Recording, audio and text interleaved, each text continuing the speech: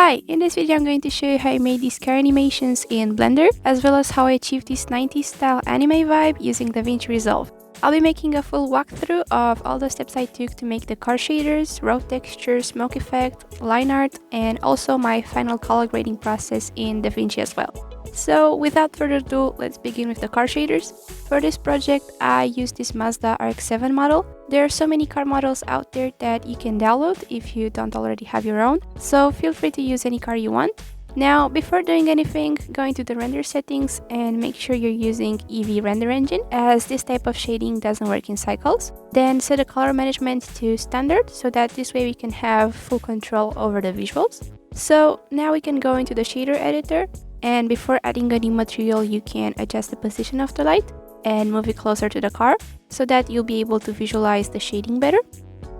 Then you can select the car and add a new material. I'll be naming this one car color, and it will be the main color of the car. First, add a diffuse BSDF,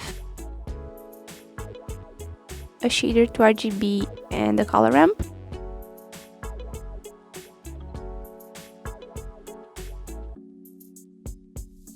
Then to get that 2D look, we're going to set the color ramp to constant, and from here you can choose whatever colors you like. Or if you want to use the same as I did, you can see here the hex codes.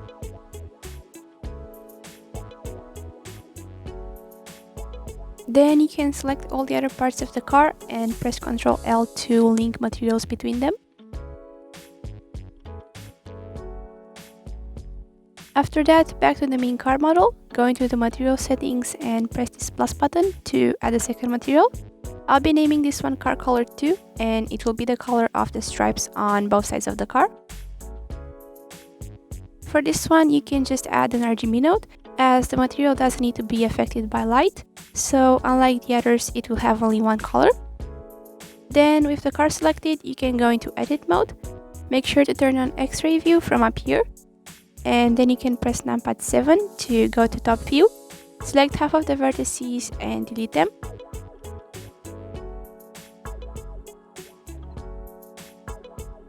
After that, go into the modifiers tab and add a mirror modifier. And as you can see, if you go back in edit mode and adjust the left side of the car, the same thing will happen to the right side as well. This will make the whole shading process a lot easier, as we'll only have to work on one side of the car and the other will be mirrored. So now you can start selecting all the faces you want to have a different material. Then after you're done, go into the material settings, and with the second material selected, click Assign. Now basically all that I'm going to do from here is simply select more faces to create those black stripes on the side of the car. So I'm going to speed up the process a little bit, as it does take quite some time.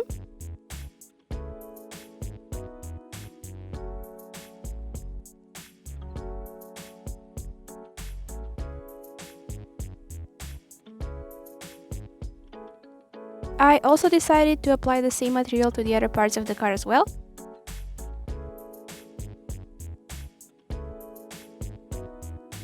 So finally, after finishing all that, this is how my car model turned out. As you can see, the lines on the side look pretty nice already, and I'm quite happy with the results so far. So now I'm going to add a third material and make this one orange. For this, you can add the diffuse BSDF, a shader to RGB, and the color ramp set to constant. Just like you did for the main car color, it's exactly the same process.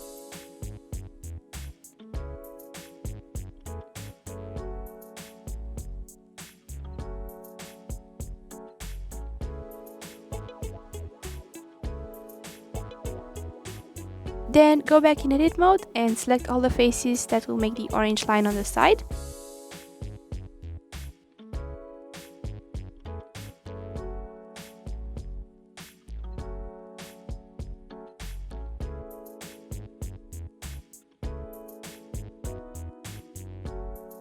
And after that, click Assign. With that done, we can now start working on the glass shader for the car's windshield and windows. So for this, first add another material, and you can name it windows or glass or whatever you want. Then add a glassy BSDF. set the roughness to 1 and also make sure to change it from multiscatter GGX to simply GGX. Then add a shader to RGB node and the color ramp. Make sure to set it to constant as well and choose the colors to your liking.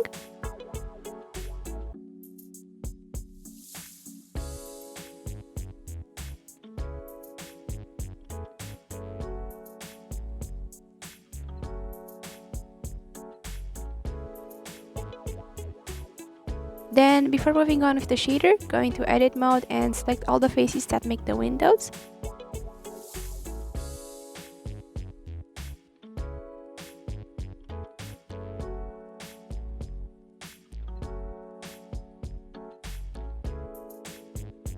And click assign, so that this way we can see what we're doing.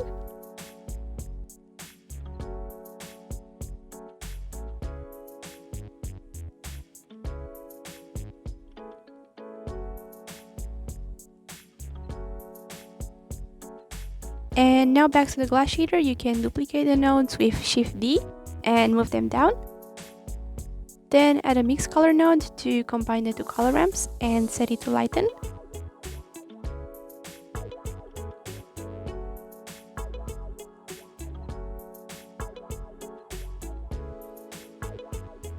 Now you won't be seeing any changes yet, and that is because the two color ramps have the exact same colors.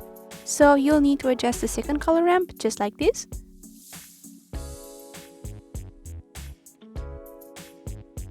And as you can see, we now have a third color to our shader.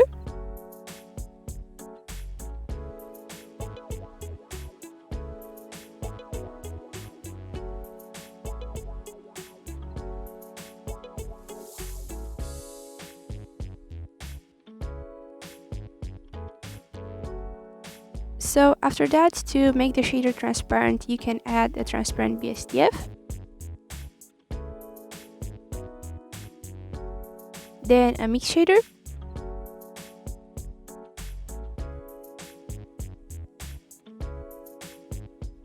And before moving on, go into the material settings and change the render method to blended. You can also disable transparent shadows and transparency overlap if you want, but it's not really necessary. I just found this to work pretty well with my scene, but in the end it doesn't make that much of a difference. So with that done, you can now lower the factor of the mix shader, and as you can see, we're starting to get some pretty good results already. You can duplicate the mix shader, then add a color ramp and a Fresnel, which will create a sort of outline effect for our glass.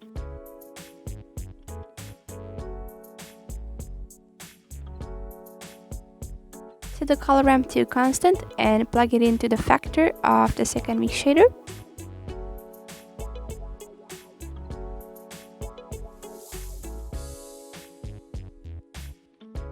After that, add an emission shader, which will determine what color the outline will be, so you can set it to whatever color you like.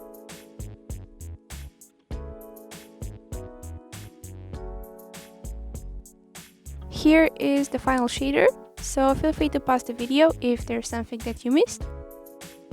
Now, after finishing the glass shader, I decided to move on to the headlights.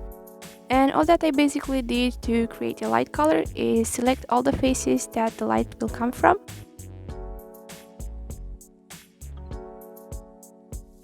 Then add a new material. You can name this one whatever you like, but keep in mind that it will be duplicated as we'll have multiple light colors. So it will be pretty useful to write the color in the name as well. Then add an emission shader and click assign. You can adjust the color to your liking and also increase its strength.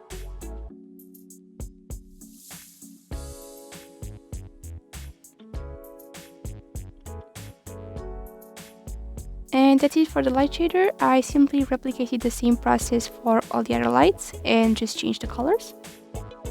Then I decided to make another material for the remaining parts of the car. I picked a darker shade of gray for this one and then applied the same material for the wheels as well.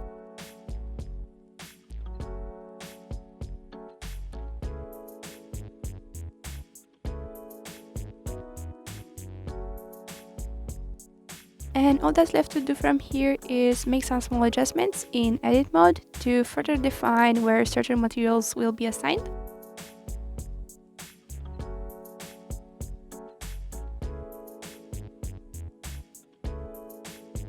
So with all that done, we've finished our car shaders, and now the only thing that's left to do is adjust the world color.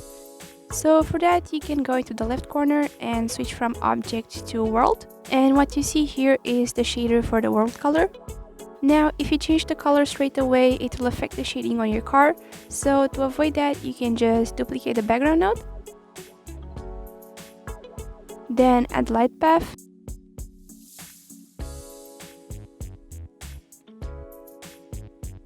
A mix shader, and connect the light path nodes to the factor and the two background nodes as well.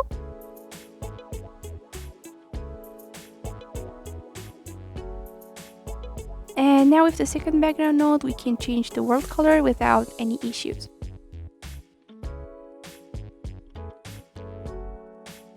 Moving on to part 2, we can now start working on the road texture and the road itself.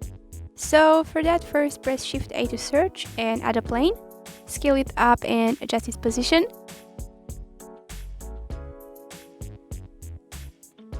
You can press S+Y to scale it on the Y-axis only, or any other axis you want. Then go into the shader editor and add a new material. Now in the original animation, I used some of my own road textures, and if you're curious, here's the entire shader. But I'm going to show you how you can achieve a similar result just by using a noise texture and a drawing texture instead. So first we're going to start with a simple tone shader, just like we did for the main color of the car. So just add a diffuse BSDF, a shader to RGB, and the color ramp set to constant.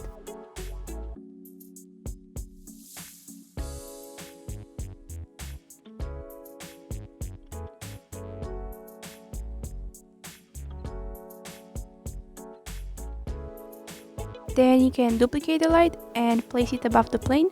Also switch it from point to spot and adjust it, so that this way we can see what we're doing. You can also hide the car, as we won't be needing it for this part. After that, you can adjust the colors of the color ramp to your liking.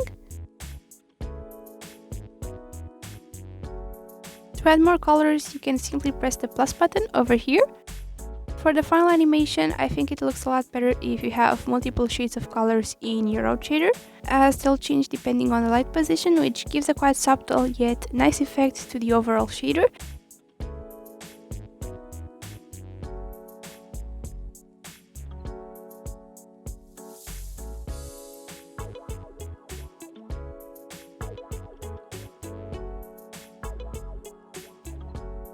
Then add the noise texture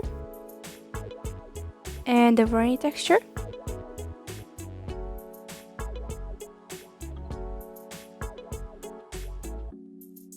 Add a mix color as well to combine the two textures.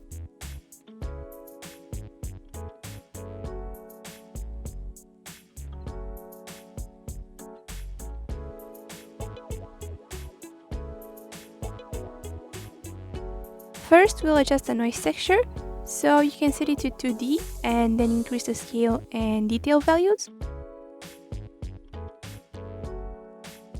Then moving on to the variety texture, set it to 4D and increase its scale as well.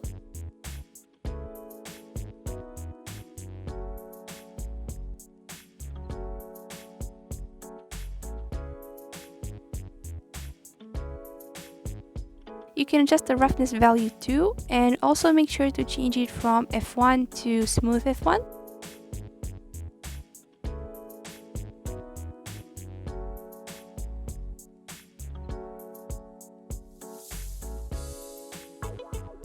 And now back to the mix color node, set it to multiply, and as you can see, we're finally starting to get some variation to our shader. After that, add a mapping node and the texture coordinate node.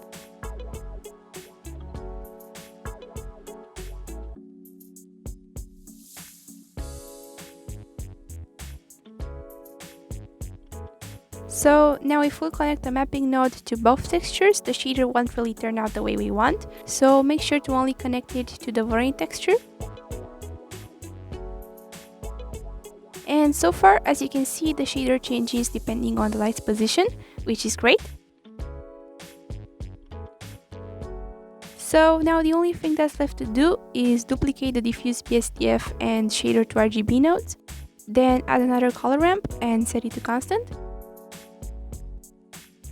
Adjust the colors to your liking.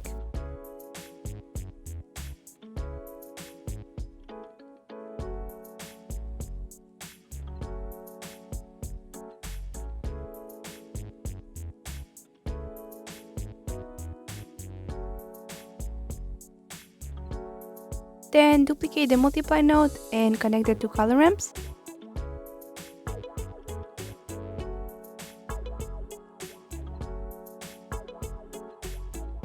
And also make sure to increase the factor to 1 as well.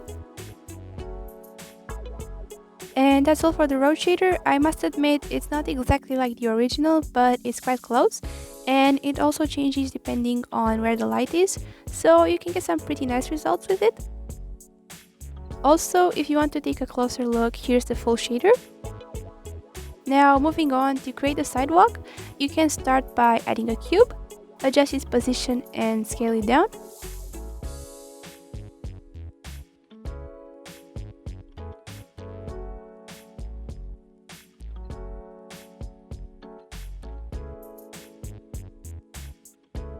Then go into the modifiers tab and add an array modifier.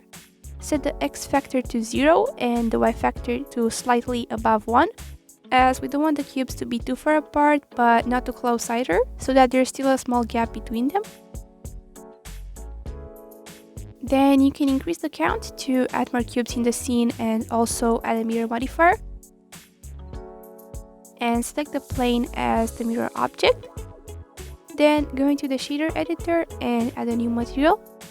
You can repeat the same toon shading process I showed you earlier for the car material and choose whatever colors you like.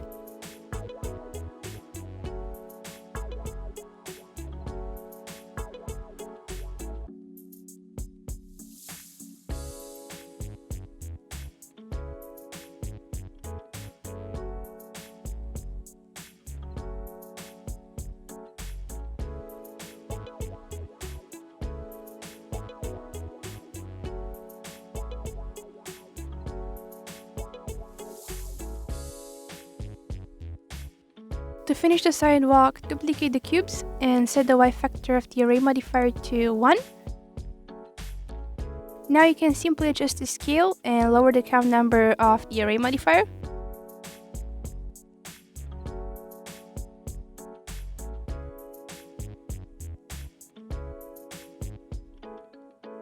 Then in the shading tab, you can duplicate the scene material you made earlier and just change the colors.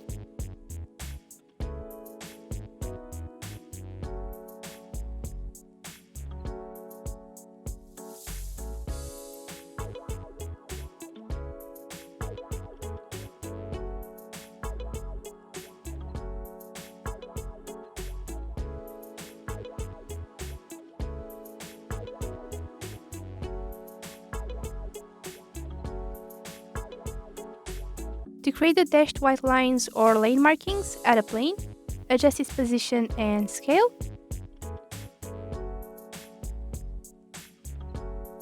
Then add an array modifier to it as well, but this time increase the Y factor more so that the lines will be separated from each other. And also for its material, you can make a simple toon shader again.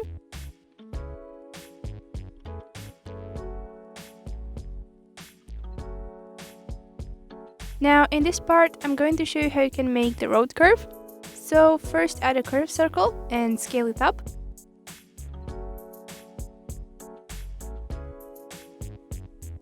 Then select the plane and add an array modifier.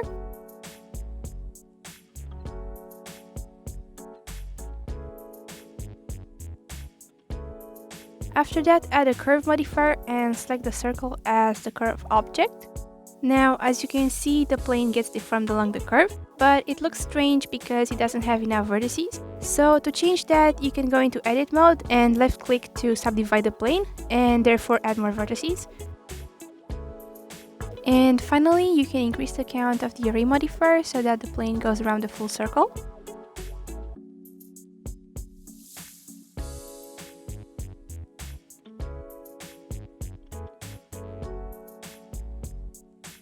After that, you can repeat the same process for the sidewalk and the lane markings as well.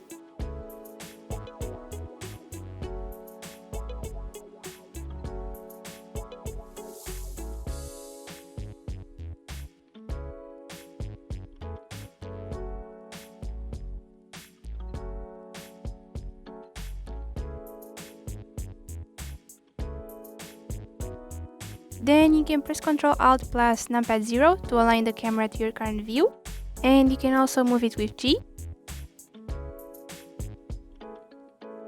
Then to create the street lights, you can duplicate your existing light and move it around.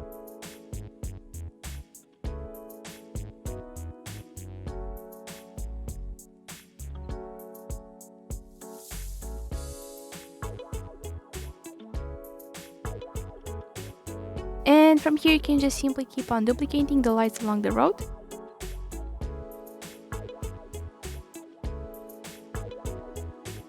You can also add an empty in the center and then select the road and parent it to the empty with Ctrl P.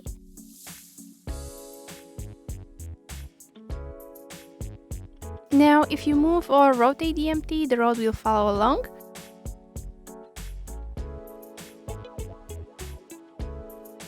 Make sure you don't parent the camera as well. So now if you look through the camera and rotate the empty at the same time, you can get the road to move, just like you would in a car drifting scene filmed from above, which is exactly what we're going for. Moving on to part 3, we can now add the car back to our scene and place it into position.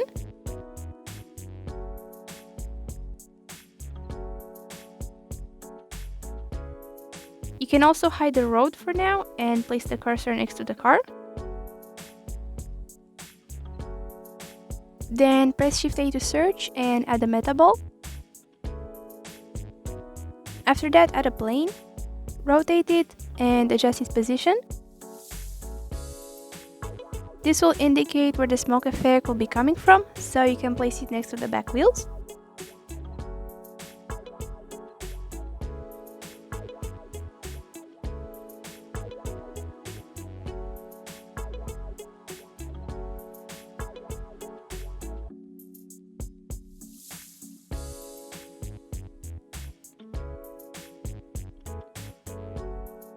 Then add a particle system to it and under render switch it from halo to object and select the meta ball as the instance object. You can adjust the scale if you want, as well as the scale randomness. Then go to velocity and set the Z value to 10.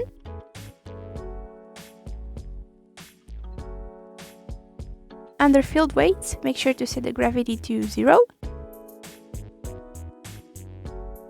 And finally, you can adjust the lifetime value. Now, if you play the animation, you can see we're starting to get something. To make the smoke effect look better, however, you can scale down the meta ball and also change the seed of the particle system as well as the lifetime randomness. The more you increase the particle's lifetime value, the longer they're going to last for, so you can play around with the number.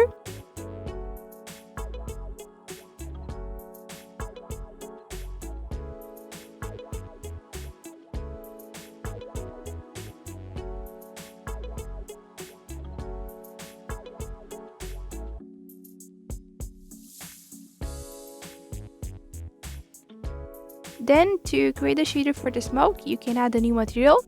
This will be pretty similar to the glass shader we made at the beginning of this video. So first, add a diffuse BSDF, a shader to RGB, and the color up set to constant.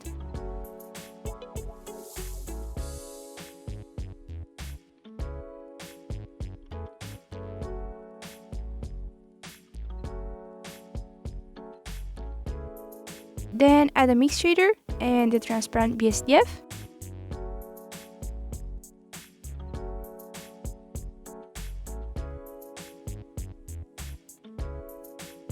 Duplicate the mix shader, then add a Fresnel and the color ramp to create the outline effect for our smoke, just like we did for the glass.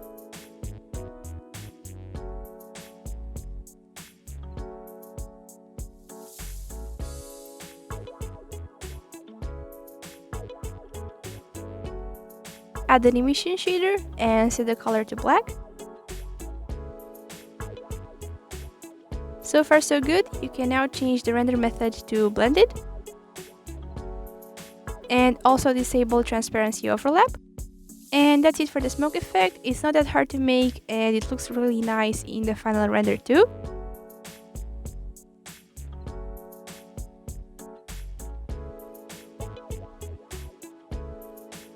Also, as you can see here, it reacts to light as well. Finally, moving on to the next part, we can now add the line art, which is actually super simple. Just press Shift-A to search, go to Grease Pencil and add a collection line art. Then in the modifiers tab, select the collection you want to have the line art. From here, you can adjust the line thickness and also go under edge types and enable material borders so that there will also be lines between the different materials.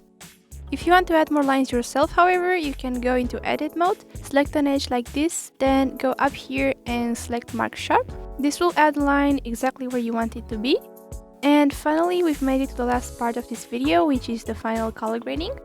Now, after you open DaVinci Resolve and create a new project, this is what you're going to see. There are a bunch of tabs down here, but I'm not going to go into too much detail as we'll only be using the color tab. So to add a clip to your project, you can go up here and click on this little file icon. Then select the video you want to import and it will appear over here. Then you can just drag it down into your timeline and now you'll be able to play the video.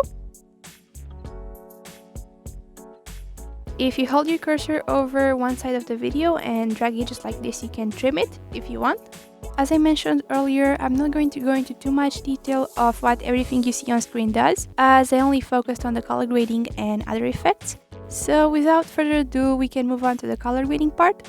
As you can see, down here we have two sets of color wheels, the high dynamic range color wheels and the primaries. I'll be adjusting these first. So as you can notice, by changing the lift color wheel, we can already see some big differences. But the key to color grading here is not to make huge changes actually, but rather slightly adjust the values of the colors. I don't really recommend increasing the values too much. As you'll see later on, the small adjustments I'll be making will make quite a difference too. My main goal here is to get closer to that 90s style vibe by changing the color of the overall atmosphere to a shade of purple. If you want to take a closer look, here are all the adjustments I made to the first set of color wheels. Now, if you hold Shift-D over your video, you can see what it looked like before and after the color grading. So we can move on to the high dynamic color wheels now. And the only thing I'm going to adjust here is the exposure of the dark color wheel. That's pretty much it for the color grading. We can now add a couple of effects to make the video look a little bit better. So you can see your clip here in the upper right corner, where we'll be adding our effects, which are quite similar to Blender's node system actually. And all you have to do is go into the library over here and search for Zoom Blur. Then drag it over here to your video. Then from the right panel, you can adjust the zoom amount and the center exclusion. This effect will sort of emphasize the idea of movement, blurring the scene around the car and making it look like the drift is happening at a really high speed. Also, by dragging this little star around, you can choose where the focus point will be. Here are all the zoom blur settings I modified. Then you can go back into the library and search for the fast noise effect. Drag it here as well. And now we can adjust the noise overlay. So first you can lower the scale and you can change all the other settings from here as well.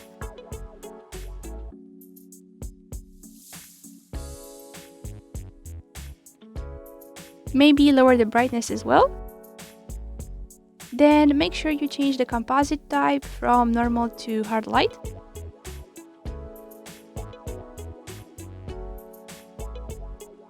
Finally, the only thing that's left to add is the glow effect. So you can drag it over here as well and then adjust its shine and spread amount.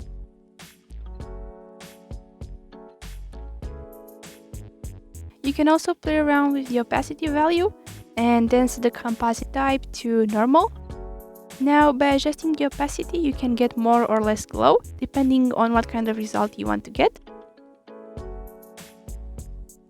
And that's it for this video. I hope you enjoyed it. As always, if you have any questions, feel free to ask me in the comments. And thank you so much for watching.